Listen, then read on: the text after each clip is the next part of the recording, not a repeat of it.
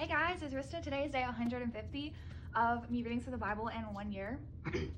I'm reading through the 1 year Bible expressions, which is a New Living Translation. I'm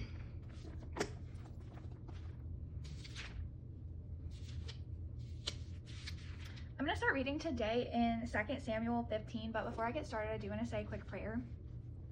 Dear Heavenly Father, thank you for another day. Thank you for the sunshine and the warmth and even the rain that you're bringing, so that our world can have what it needs to continue to flourish. I ask that as I read these words aloud, that you soften my heart and you open my eyes and my ears to what the Holy Spirit has to say for me. And I pray that you do the same for anybody else who's watching these videos. In your name I pray, amen.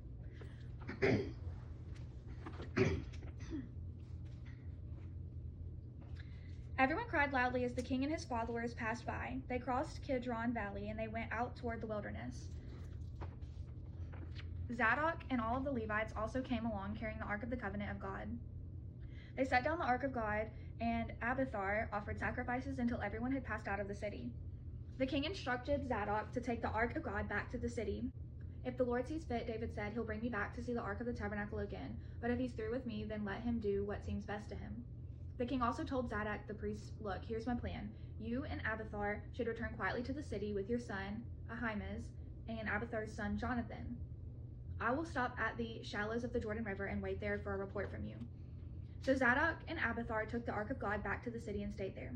David walked up the road to the Mount of Olives, weeping as he went. His head was covered and his feet were bare as a sign of mourning. The people who were with him covered their heads and wept as they climbed the hill. When someone told David that his advisor, Ahithophel, was now backing Absalom, David prayed, Lord, let Ahithophel give Absalom foolish advice. When David reached the summit of the Mount of Olives where the people worship God, Hushai the Archite was waiting there for them. Hushai had torn his clothing and put dirt on his head as a sign of mourning. David told him, if you go with me, you'll only be a burden. Return to Jerusalem and tell Absalom, I will now be your advisor, O king, just as I was your father's advisor in the past.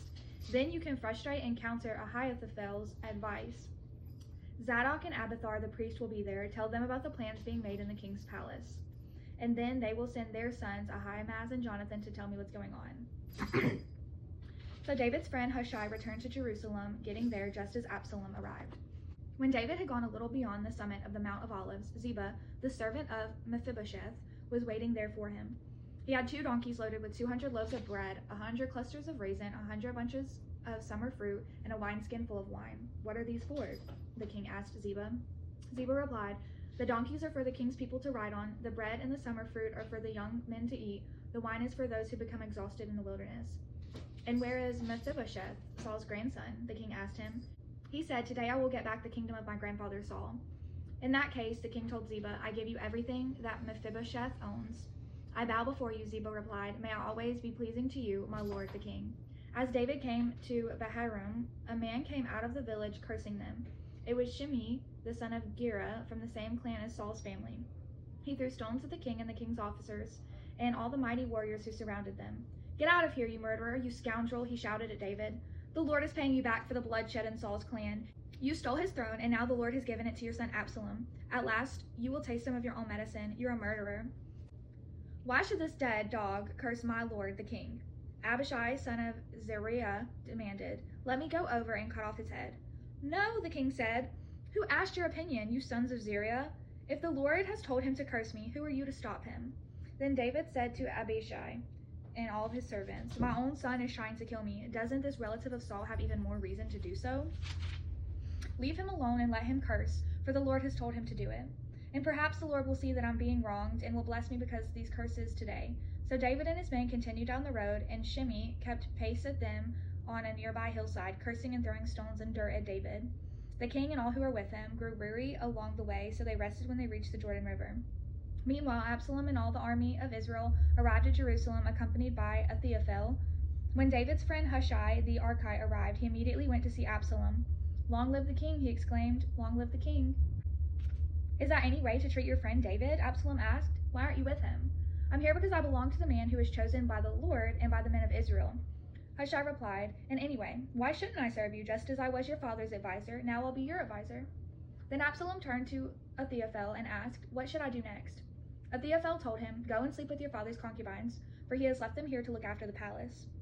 Then all of Israel will know that you have insulted your father beyond hope of reconciliation, and they will throw their supports to you." So they set up a tent on the palace roof where everyone could see, and Absalom went in and had sex with his father's concubines. Absalom followed Ahithophel's advice just as David had done, for every word Ahithophel spoke seemed as wise as though it had come directly from the mouth of God. John 18:25 through 19:22. Meanwhile, as Simon Peter was standing by the fire warming himself, they asked him again, "You're not one of the disciples, are you?" He denied it, saying, "No, I'm not." But one of the household slaves of the high priest, a relative of the man whose ear Peter had cut off, asked, "Didn't I see you there in the olive grove with Jesus?" Again Peter denied it, and immediately the rooster crowed. Jesus' trial before Caiaphas ended in the early hours of the morning. Then he was taken to the headquarters of the Roman governor. His accusers didn't go inside because it would have defiled them and they wouldn't have been able to celebrate the Passover. So Pilate, the governor, went out to them and asked, "What is your charge against this man?" "We wouldn't have handed him over to you if he weren't a criminal," they retorted. "Then take him away and judge him by your own law," Pilate told them. "Only the Romans are permitted to execute someone," the Jewish leaders replied.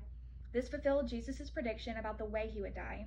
Then Pilate went back to his headquarters and called for Jesus to be brought to him. "Are you the king of the Jews?" he asked. Jesus replied, "Is this your question, or did the others tell you about me?" "Am I a Jew?" Pilate retorted. "Your own people and their leading priest brought you to me for trial. Why? What have you done?" Jesus answered, "My kingdom is not an earthly kingdom. If it were, my followers would fight to keep me from being handed over to the Jewish leaders. But my kingdom is not of this world." Pilate said, "So you're a king?" Jesus responded, "You say I'm a king. Actually, I was born and came into the world to testify the truth. All who love the truth recognize that what I say is true." "What is truth?" Pilate asked. Then he went out again to the people and told them, "He's not guilty of any crime. But you have a custom of asking me to release one prisoner each year at Passover. Would you like for me to release this king of the Jews?" They shouted back, "No, not this man. We want Barabbas." Barabbas was a revolutionary. Then Pilate had Jesus flogged with lead-tipped whips. The soldiers wove a crown of thorns and put it on his head. They put a purple robe on him. "Hail, King of the Jews," they mocked. They slapped him across the face. Pilate went outside again and said to the people, "I'm going to bring him out to you now, but understand clearly that I find him not guilty." Then Jesus came out wearing the crown of thorns and the purple robe. Pilate said, "Look, here is the man." When they saw him, the leading priests and the temple guards began shouting, "Crucify him! Crucify him!" "Take him yourselves and crucify him," Pilate said. "I find him not guilty." The Jewish leaders replied, "By our law, he ought to die because he called himself the Son of God." When Pilate heard this, he was more frightened than ever. He took Jesus back into the headquarters again and asked him, "Where are you from?" But Jesus gave no answer. "Why won't you talk to me?" Pilate demanded. "Don't you realize that I have the power to release you or crucify you?" Then Jesus said, "You would have no power over me at all unless it were given to you from above. So the one who handed me over to you has greater sin."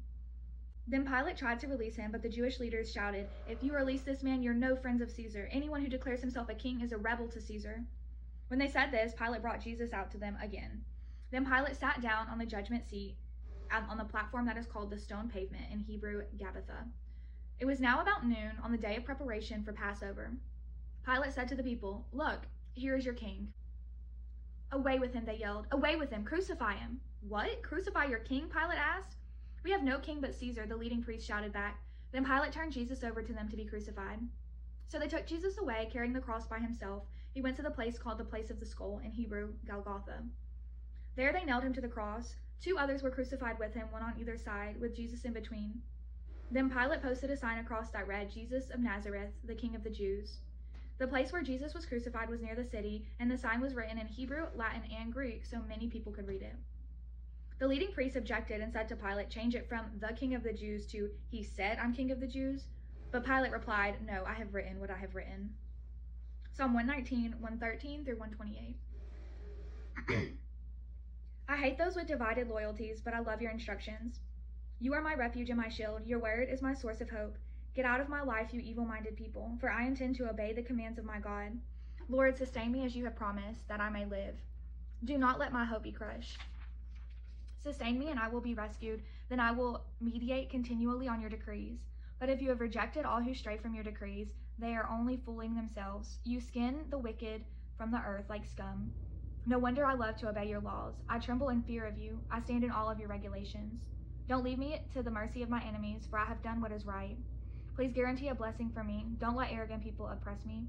My eyes strain to see your rescue, to see the truth of your promise fulfilled.